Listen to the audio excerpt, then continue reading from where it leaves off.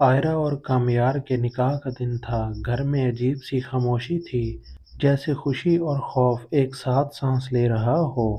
مولوی صاحب نکاح پڑھا رہے تھے اور ہر لفظ کے ساتھ آئرہ کا دل زور زور سے دھڑک رہا تھا۔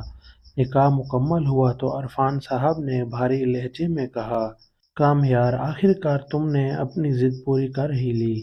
آج کے بعد آئرہ سے میرا کوئی تعلق نہیں۔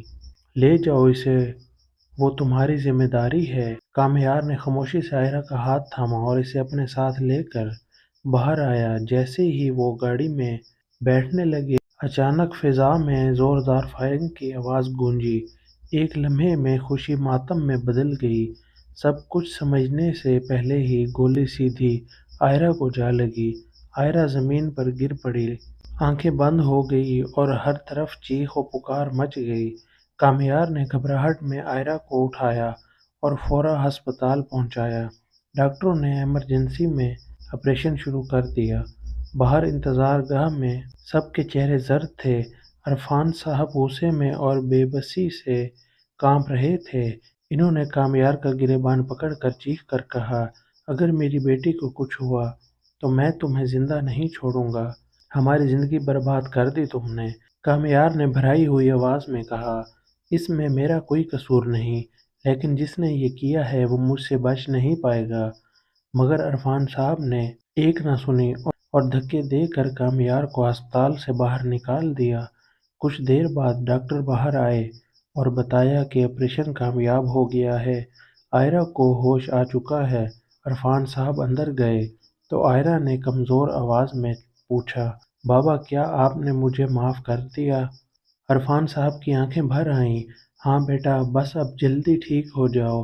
پھر آئرہ نے وہ سوال پوچھ لیا جس سے عرفان صاحب بچنا چاہتے تھے، بابا کامیار کہاں ہے؟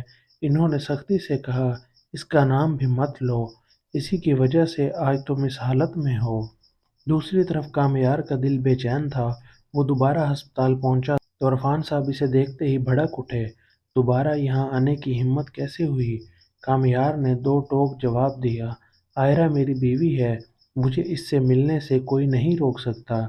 یہ سن کر عرفان صاحب نے الزام لگا دیا کہ شاید یہ سب کامیار کی ہی سازش ہے۔ یہی سن کر کامیار کا صبر ٹوٹ گیا۔ وہ سیدھا فاریہ کے گھر جا پہنچا۔ وہاں اس نے اپنے ہی کانوں سے فاریہ کو خاور سے فون پر کہتے سنا، آئرہ کو گولی مار کر تم نے بہت اچھا کام کیا۔ یہ سننا تھا کہ کامیار کے سامنے سب کچھ صاف ہو گیا۔ اس نے غصے میں آ کر فاریہ کے ہاتھ سے موبائل چھینا اور اسے زوردار تھپڑ مارا اور کہا، تو یہ گھٹیا حرکت تمہاری تھی؟